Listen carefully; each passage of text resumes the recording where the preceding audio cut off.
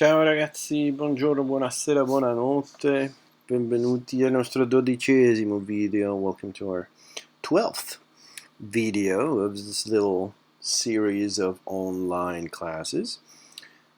Today's video is actually the first part of a two-part lesson on direct object pronouns, okay? Or in Italian, pronomi di oggetto diretto.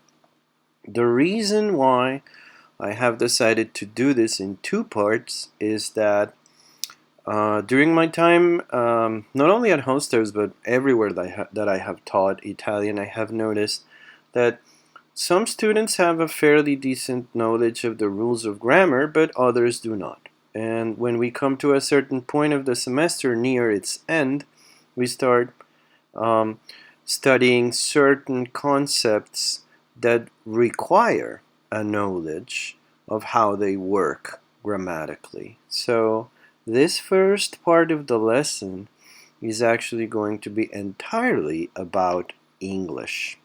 But the reason we're going to talk exclusively about English in this video is that it is preparing you for the switch to Italian, particularly those that have not studied this concept, the direct object and the direct object pronoun, in English before, okay? And I will try to be as clear and effective and quick as possible in this little lesson.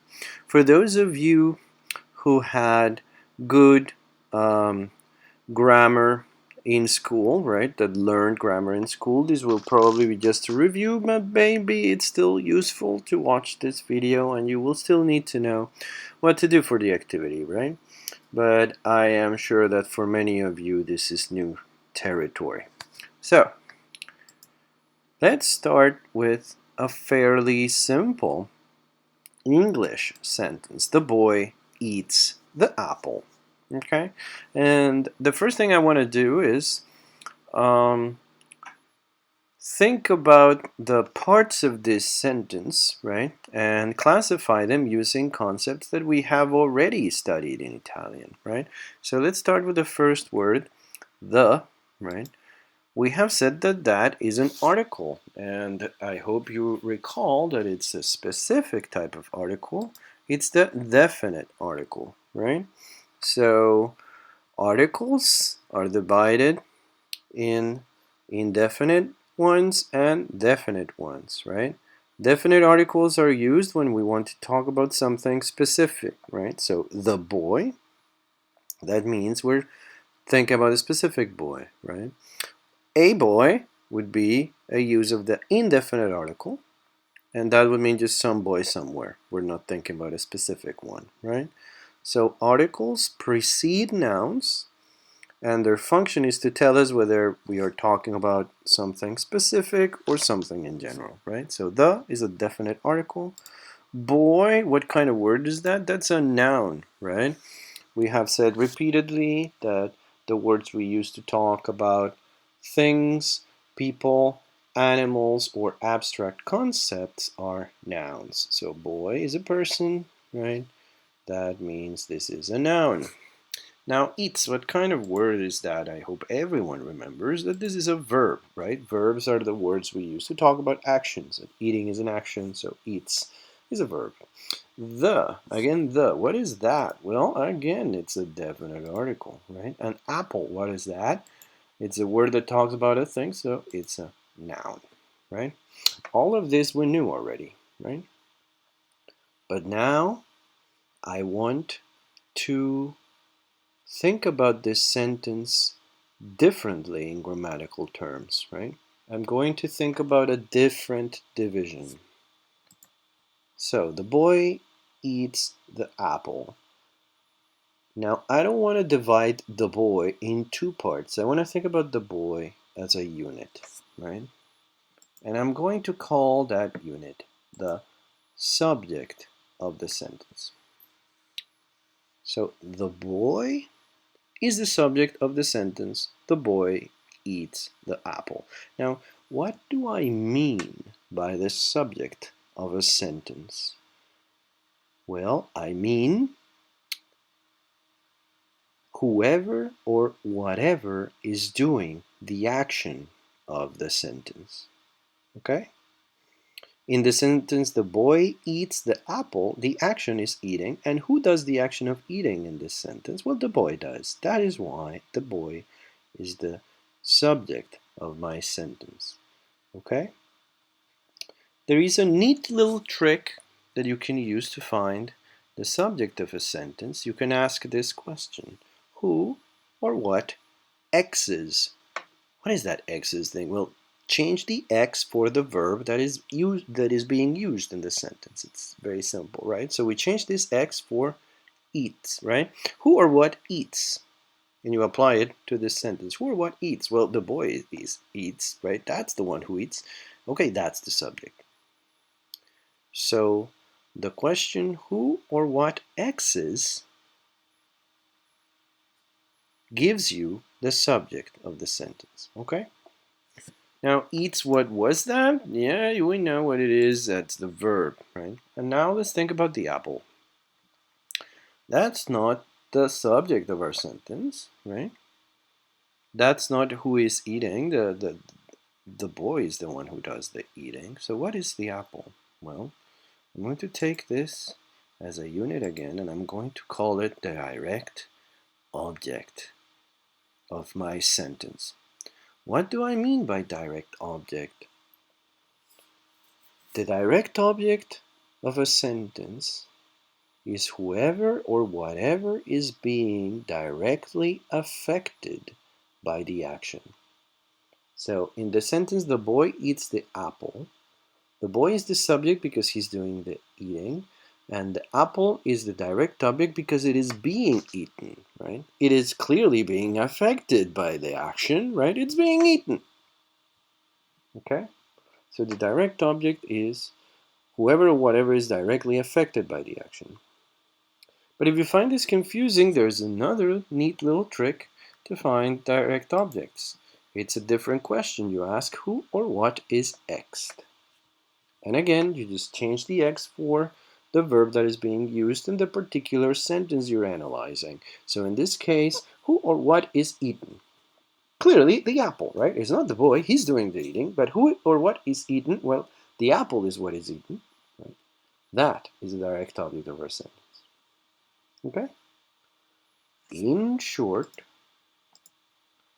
use these two questions to find subjects and direct objects in sentence. Who or what X's for subjects, and who or what is X'd for direct objects. Okay? Let's apply this to another English sentence. The professor teaches the student. Now, who or what X's? Who or what teaches? The professor teaches, right? That means the professor is what? Our subject. Teaches, we know what that is. That's just the verb. And now who or what is X? Who or what is taught? The student, right? The student is the one being taught. So the student is the direct object. Got it? This is actually, I'm going to dare say, fairly simple once you learn the trick of asking these two questions. So let's analyze some more sentences. Let's analyze 5 fairly simple sentences by means of this little technique I just taught you. In order to find the subject, we ask who or what X is. And the answer to that question we're going to circle in blue because that's going to be our subject. And then we ask who or what is X, and the answer to that question we're going to circle in red because that is our direct object. Okay? Let's look at the first sentence. The professor teaches the students. Who or what X's? Who or what teaches? The professor again, right? And then who or what is taught? Well, the students. So the students are the direct object and the professor is the subject. Second sentence, the students hate the professor. I don't blame them. The only thing he does is these silly videos. But what can you do? That's the class you're forced to take. So, the students hate the professor. Who or what hates? The students hate. They're doing the hating. And who or what is hated? The bad professor, right? That's the direct object. The students hate the lesson. I know it's boring, sorry, but what can you do? At least you're learning, I hope. So, the students hate the lesson. Who or what hates? Again, the students. Who or what is hated? The lesson. So, the students are the subject, the lesson is the direct object, right? The students love Spanish. Sorry, I got tired of the um, oh, but this is, well, yeah, you love Spanish, you love Italian too. Anyway, sorry. I'm using the same examples that I used in my Spanish class.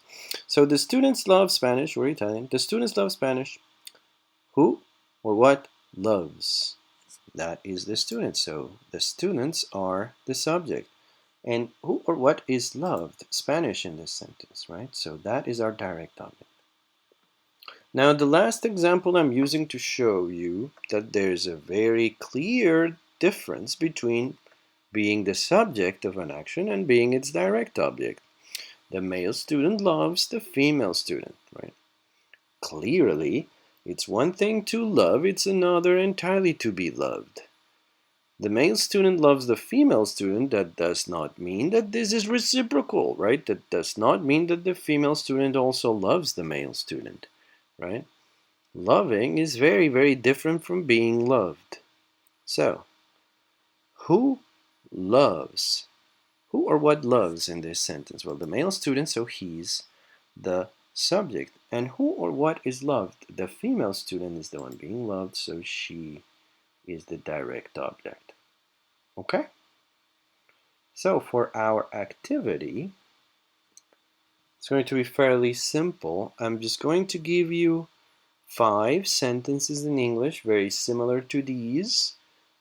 Sentences that have a subject, a verb, and a direct object, and I'm going to ask you to identify the subject and the direct object of each sentence. Okay? As always, you can send me any type of file you want. You can take a picture of a handwritten activity. You can send me Word files, Pages files. Some people are sending me TXT files. That's fine too. Someone once sent me a PDF. Anything is fine, you know. If I don't have the software for opening it, I'll find it somewhere. Just make sure you send me the activity. Also, I have received some emails of people that are somewhat anxious because they're sending me, like, 5 activities in the same file after being MIA for a while. That's fine, okay? I know that everyone's struggling right now. Many of us have full-time jobs and children and also elderly parents or family members that we need to take care of, right? And everyone's struggling, so it's okay. Just make sure to send me the activities whenever you're capable of doing so, okay? And try to catch up whenever you're able to. But before I let you go, I'm actually going to go a little farther after giving you the activity, okay? Because I want us to be ready for part 2 of this lesson. So I'm going to remind you of an interesting fact that we mentioned once, that nouns can be exchanged with pronouns.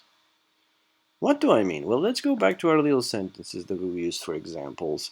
The professor teaches the students hate the professor, the students hate the lesson, the students love Spanish, the male student loves the female student, right? Now, look at the second column. Instead of saying the professor teaches the students, I say the professor teaches them. Instead of saying the students hate the professor, I say the students hate him or her, right? It depends whether, it's a female or a male professor, you would have to change the pronoun. The students hate the lesson, the students hate it. The students love Spanish, the students love it. I hope they also love Italian. And the male student loves the female student, the male student loves her. Right? So, what am I doing? I'm just taking the sentences from the left, taking the direct object and changing it for a little word that is called a pronoun, right? We said that pronouns are little words that we use to replace nouns in order to make our sentences shorter, right? We had learned personal pronouns, right? Now we are learning direct object pronouns. The words in red in the second column are direct object pronouns. So what is a direct object pronoun? It is a word that we use to replace a noun that is playing the role of a direct object in the original sentence. So the professor teaches the students. Who or what is taught the students, right? So they are the direct object. And I take the students and I change them for the pronoun that would fit here. So it's them. That them is a direct object pronoun. That is what a direct object pronoun is. Okay? Just keep that in mind for tomorrow for the second part of this lesson in which we will actually switch to Italian. Okay? Good. So again, for the activity, you only have to take those 5 sentences I'm going to send you. The sentences you will find in the body of the email and of the Blackboard announcement that I will send you. And just take them, and in whatever type of format you prefer, send me a file in which you identify subjects and direct objects for each of these 5 sentences. Okay? Stay strong, stay safe. Believe it or not, we're almost there. It's late April. The semester is almost finished. Okay? And I hope you haven't found these videos terribly boring. I've been trying to switch around, but it is what it is. The online format forces us sometimes to do things that would not be our preferred mode of instruction. Ciao ciao ragazzi, ci vediamo domani.